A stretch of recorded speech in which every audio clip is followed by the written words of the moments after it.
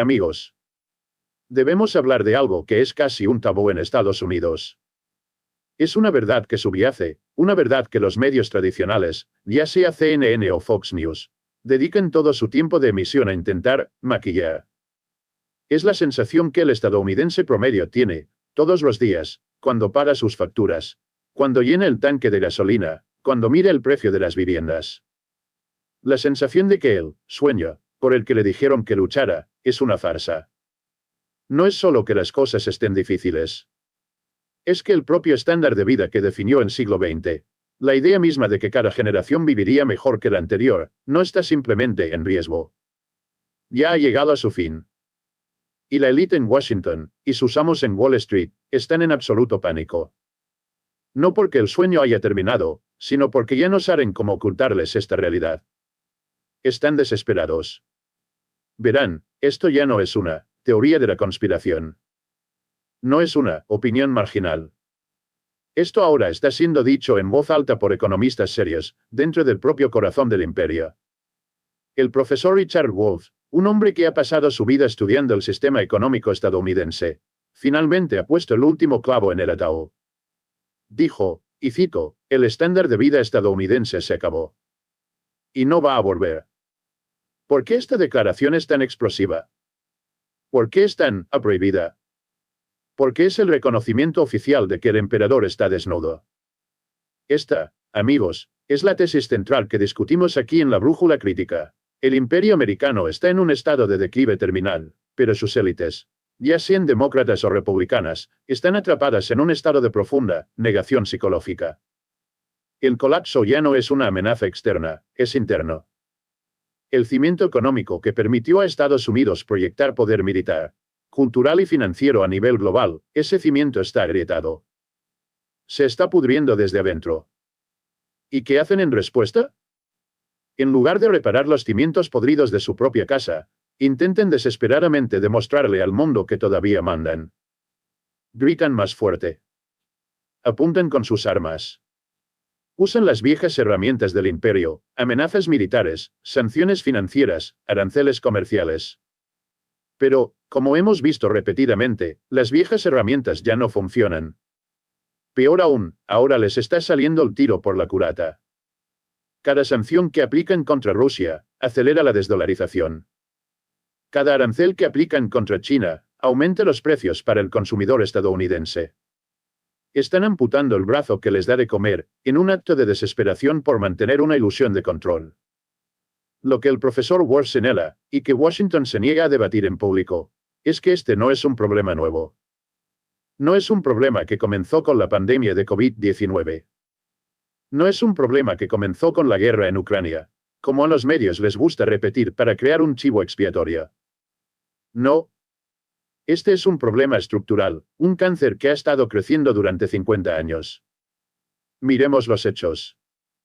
La llamada Edad de Oro del capitalismo estadounidense, el periodo desde 1945 hasta mediados de los años 70, fue una anomalía histórica. Fue un periodo en el que Estados Unidos no tenía competidores. Europa estaba destruida por la guerra. Asia estaba en desarrollo.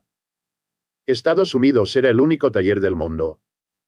Y, en ese periodo, los salarios reales de los trabajadores estadounidenses subieron. Un solo salario, generalmente del hombre de la casa, era suficiente para comprar una casa, mantener a una familia, tener 2 autos y asegurar una jubilación decente. Ese era el sueño americano. Era real, para una parte de la población. Pero, como Wolff documenta meticulosamente, algo cambió drásticamente en los años 70. Los salarios reales se estancaron. Dejaron de crecer. El salario promedio de un trabajador estadounidense hoy, ajustado por la inflación, es casi el mismo que era en 1978. Piénsenlo.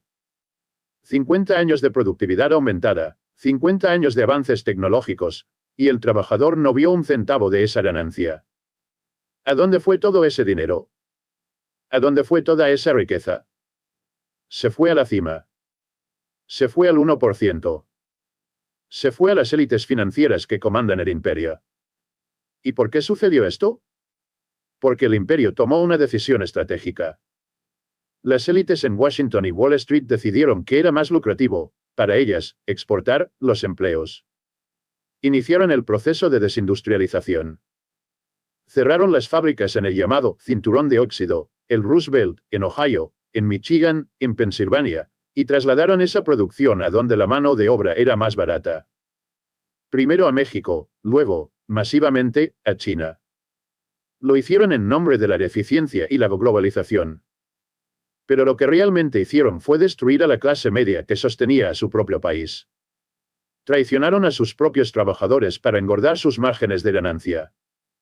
Entonces, la pregunta obvia es, si los salarios se estancaron en los años 70, ¿cómo continuó el estadounidense promedio viviendo el sueño durante los 80, 92,000?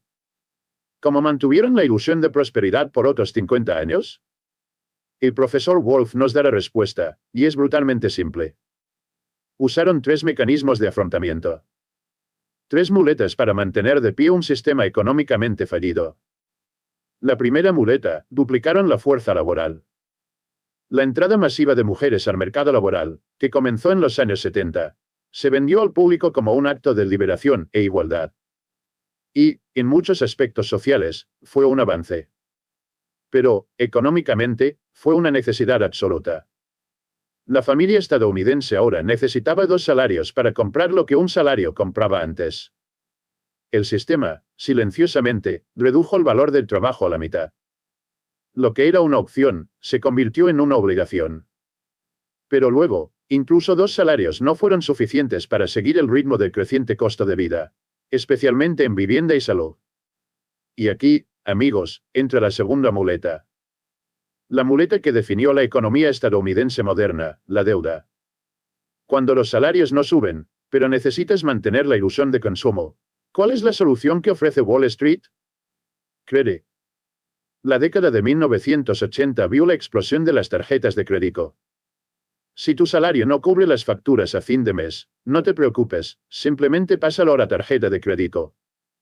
Paga intereses exorbitantes a los mismos bancos que enviaron tu empleo al extranjero. No se detuvieron ahí. Incentivaron a los estadounidenses a transformar sus casas, no en hogares, sino en cajeros automáticos. A través de líneas de crédito hipotecario, las HILOCS, le dijeron a la gente que usaran el capital de sus casas para pagar vacaciones, autos, o simplemente, para pagar otras deudas. El estándar de vida estadounidense dejó de basarse en producción y salarios y pasó a basarse en deuda e inflación de activos. Era un gigantesco castillo de naipes, esperando el viento adecuado.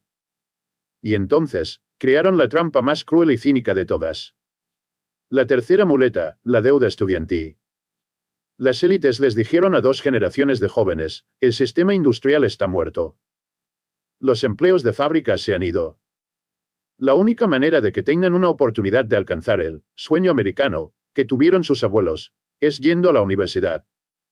Vendieron el título universitario como el billete de oro. Pero había un truco. Al mismo tiempo, recortaron la financiación pública para las universidades y permitieron que las matrículas explotaran. El costo de un título se disparó. ¿Y la solución ofrecida? Más deuda. Les dijeron a jóvenes de 18 años que firmaran contratos de préstamos que los esclavizarían por 30, 40 años. Una deuda que, por ley, es casi imposible de perdonar en caso de quiebra. Hoy, la deuda estudiantil total en Estados Unidos supera los 1,7 millones de dólares. Es más que la deuda de tarjetas de crédito. Es más que la deuda de financiación de autos. Es una servidumbre por contrato moderna. Tomaron a la juventud del país, la esperanza del futuro, y la encadenaron a un sistema financiero incluso antes de que comenzaran sus vidas profesionales. Y ahora, amigos, la factura ha llegado. La burbuja estalló. El castillo de naipes se derrumbó. ¿Por qué? Porque las herramientas del imperio, usadas para sostener esta ilusión, fallaron. La impresión desenfrenada de dinero por parte de la Reserva Federal, el llamado quantitative easing, que usaron para salvar a los bancos en 2008, y que usaron nuevamente, de forma desbocada, en 2020, finalmente generó la inflación que ya no pueden controlar. Y, crucialmente, las sanciones, el intento desesperado de Washington de castigar a Rusia y desacelerar a China, les salió el tiro por la culata. Como hemos discutido, al sancionar la energía rusa, solo aumentaron los precios de la energía y los alimentos a nivel global. ¿Y quién paga la cuenta final de esta política exterior arrogante? El ciudadano estadounidense. El trabajador europeo. El estadounidense promedio está ahora atrapado. Los salarios siguen estancados. Las dos primeras muletas, más mujeres trabajando en la deuda de consumo, están agotadas. La deuda es impagable. Y la tercera muleta, la inflación causada por la impresión de dinero y las sanciones, está ahora devorando vivo lo que queda del poder adquisitivo de la población. Es por eso que Richard Wolff tiene razón. El estándar de vida no está cayendo. Ya cayó. La gente está viviendo en sus autos. Millones de estadounidenses están a un percance médico de la bancarrota total. El sueño americano ya no es un sueño, es una broma cruel. Es el fin del camino. ¿Y la negación en Washington? ¿La negación de la élite política y mediática? Es ensordecedora. No pueden, de ninguna manera, admitir la verdad de lo que el profesor Wolff ha expuesto. No pueden admitir que el sistema neoliberal que defendieron durante 50 años, fracasó. No pueden admitir que la globalización, en la forma en que la implementaron, fue un acto de suicidio económico para su propia clase trabajadora. Si admitieran eso, tendrían que admitir que ellos son los culpables. Que las políticas de ambos partidos, demócratas y republicanos, sirvieron solo a sus donantes de Wall Street, y no al pueblo. Entonces, ¿qué hacen? Necesitan chivos expiatorios. Necesitan distracciones. Culpen de la inflación a Putin. Culpen de los problemas económicos a China. Culpan a los inmigrantes. Necesitan aranceles, necesitan muros, necesitan guerras, necesitan cualquier cosa para desviar la mirada del público de la verdad fundamental. El sistema interno está muerto. El colapso del imperio no es algo que esté sucediendo allá afuera, en el mar de China Meridional o en Ucrania. El colapso está ocurriendo dentro de casa. Y mientras la casa estadounidense se desmorona por dentro, ¿qué está sucediendo en el resto del mundo? Mientras Estados Unidos está atrapado en su propia trampa de deuda y desindustrialización, se está construyendo un nuevo mundo. Un mundo multipolar. Y no están pidiendo permiso a Washington. Es por eso que la negación de las élites estadounidenses es tan peligrosa. No solo están ignorando sus problemas internos, están ignorando fundamentalmente la nueva realidad externa. Analicemos las pruebas de este ascenso multipolar. Pruebas que jamás verán discutidas honestamente en los medios occidentales. Primero, el hecho económico más importante de este siglo, el bloque BRICS, ahora expandido, BRICS y ya ha superado al G7 en términos de Producto Interno Bruto por paridad de poder adquisitivo. Permítanme repetir eso, para que el peso de la información se absorba. El PRUT de las naciones ricas de Occidente, el G7, ya no es el principal motor económico del planeta. El grupo de naciones que Occidente solía llamar, con desprecio, naciones en desarrollo o el tercer mundo, ahora representa la mayor porción de la economía global. Esto no es una proyección futura. Esta es la realidad, ahora. ¿Y qué significa esto en la práctica? Significa que ya no necesitan el capital occidental. Significa que ya no necesitan la aprobación del FMI o del Banco Mundial. Significa que tienen los recursos, tienen la población, y ahora, tienen el poder adquisitivo. La segunda prueba, que es una consecuencia directa de la primera, es el proceso de desdolarización. Amigos, esta es la bala de plata que está apuntando al corazón del estándar de vida estadounidense. Como mencionamos en la primera parte, el estándar de vida estadounidense, desde los años 70, fue artificialmente sostenido por la deuda. Pero ¿cómo logró Estados Unidos endeudarse en 34 billones de dólares sin un colapso inmediato? Lo lograron porque el dólar es la moneda de reserva mundial. Tenían lo que Valéry Giscard d'Estaing llamó el privilegio exorbitante. Podían imprimir papel verde, sin respaldo, y el resto del mundo estaba obligado a aceptar ese papel a cambio de bienes reales, a cambio de petróleo, de autos, de electrónicos. Estados Unidos exportaba su inflación al resto del mundo e importaba la producción del resto del mundo. Era el almuerzo gratis supremo. Pero ¿qué sucedió cuando Estados Unidos, en su arrogancia imperial, Decidió usar ese sistema financiero como un arma. ¿Qué sucedió cuando confiscaron las reservas de divisas de Rusia, cientos de miles de millones de dólares? ¿Con solo pulsar un botón? Le mostraron al mundo entero que el dólar no era seguro. Probaron que Washington era un socio comercial indigno de confianza, que cambiaría las reglas del juego en el momento en que se molestara políticamente. Y el mundo multipolar entendió el mensaje. La desdolarización se aceleró de una forma que nadie en Washington previó. China y Rusia ahora realizan casi todo su comercio de energía en yuanes y rublos. India está comprando petróleo de los Emiratos Árabes Unidos en rupias. El Banco de los BRICS, el nuevo Banco de Desarrollo, está activamente emitiendo bonos en monedas locales, en el rand sudafricano, en el real brasileño, para financiar proyectos de infraestructura sin tocar un solo dólar estadounidense.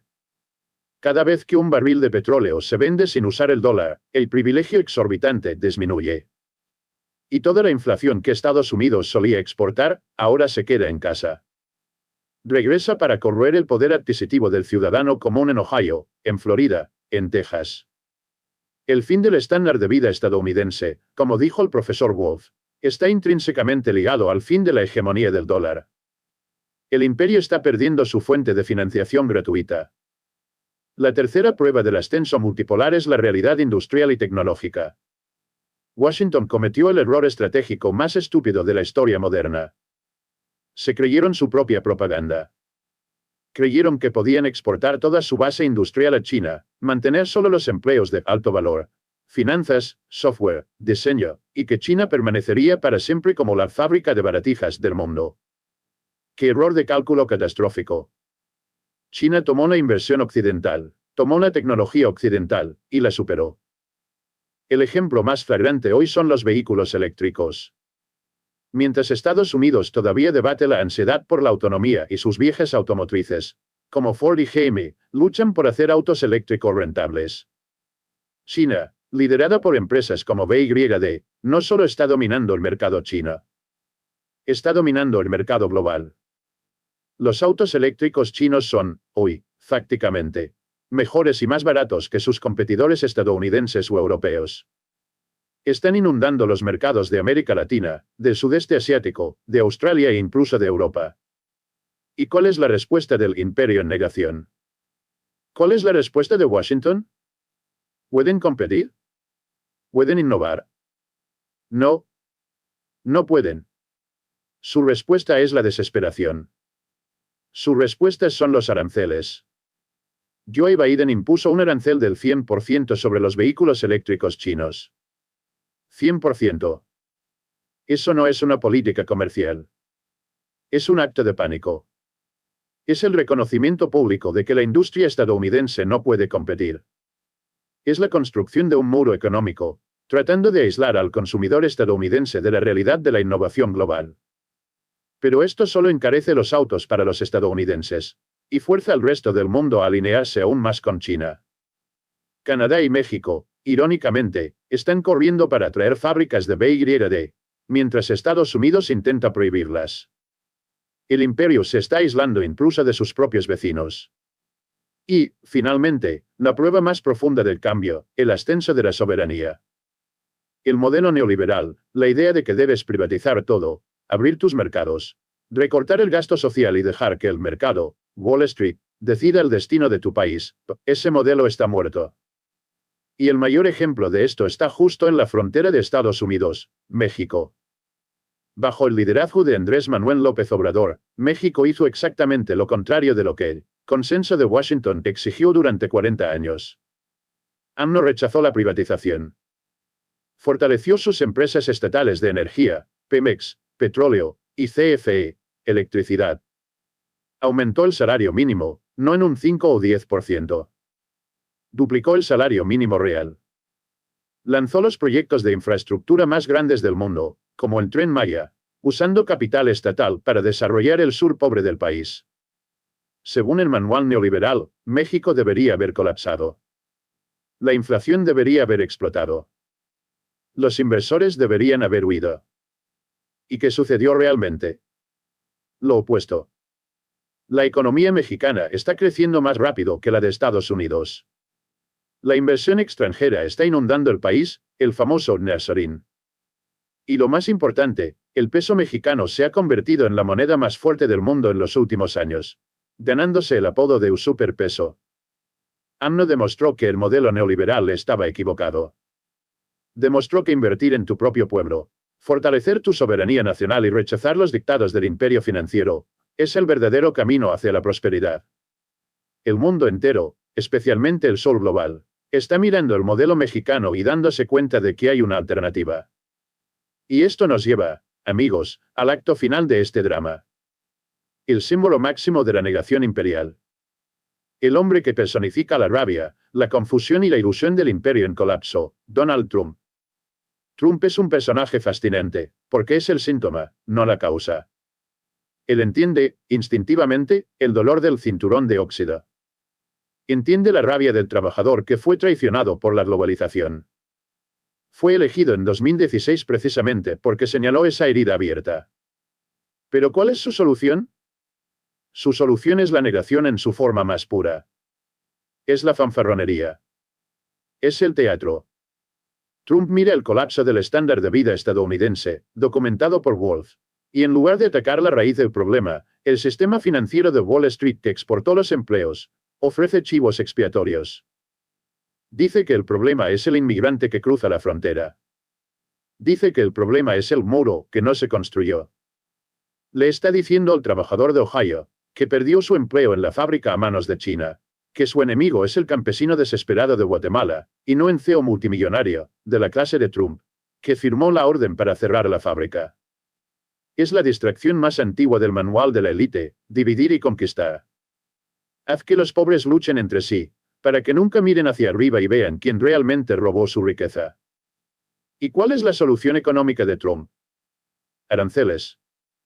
Él cree, o finge creer, que puede forzar al mundo a regresar a los años 50 a través de la pura intimidación. Cree que puede poner impuestos a China y mágicamente hacer que los empleos regresen. Pero, como ya hemos visto, los aranceles son solo un impuesto pagado por el consumidor estadounidense. Trump está, literalmente, prometiendo curar la inflación, que aplasta el estándar de vida, usando una herramienta, aranceles, que causa más inflación. Es un acto de insanidad económica. Él es la personificación de la arrogancia imperial que cree que Estados Unidos todavía puede dictar términos al mundo. No entiende, o se niega a entender, que el mundo ha cambiado. Que China ya no necesita a Estados Unidos como antes. Que el BRICS tiene su propio sistema. Él grita Make America Great Again, hacer América grande de nuevo, precisamente porque sabe que ya no lo es. Es un grito de duelo disfrazado de grito de guerra. Es el showman contratado para entretener al público mientras el barco se hunde, asegurándose de que nadie corra hacia los botes salvavidas. Y así, amigos, cerramos el círculo. El profesor Richard Wolff tiene razón. El estándar de vida estadounidense se acabó. Y no va a volver. No va a volver porque las muletas que lo sostenían, la deuda infinita y el privilegio del dólar, están siendo quebradas. No va a volver porque el imperio cometió suicidio industrial, cambiando su producción por ganancias financieras a corto plazo. Y no va a volver porque, mientras Estados Unidos estaba obsesionado con su propio teatro y sus guerras interminables, el resto del mundo, el mundo multipolar, estaba ocupado construyendo un sistema económico nuevo, más justo y más soberano. Las élites en Washington, ya sean representadas por Biden o por Trump, están en profunda negación. Continuarán culpando a Rusia, a China, a los inmigrantes. Continuarán imprimiendo dinero e imponiendo sanciones. Continuarán llevándonos al borde de más guerras. Pero no pueden cambiar la realidad. El cambio es inevitable. El declive no es una elección, es una consecuencia. Nosotros, aquí en la Brújula Crítica, entendemos esto. El espectador que ha visto este vídeo hasta el final, ahora sabe la verdad. Si este análisis te ha hecho ver el mundo con otros ojos, si has entendido que hay una lucha por la dignidad en marcha, entonces no te quedes en silencio. Comparte este vídeo para que más personas comprendan lo que los medios de comunicación tradicionales jamás explicarán.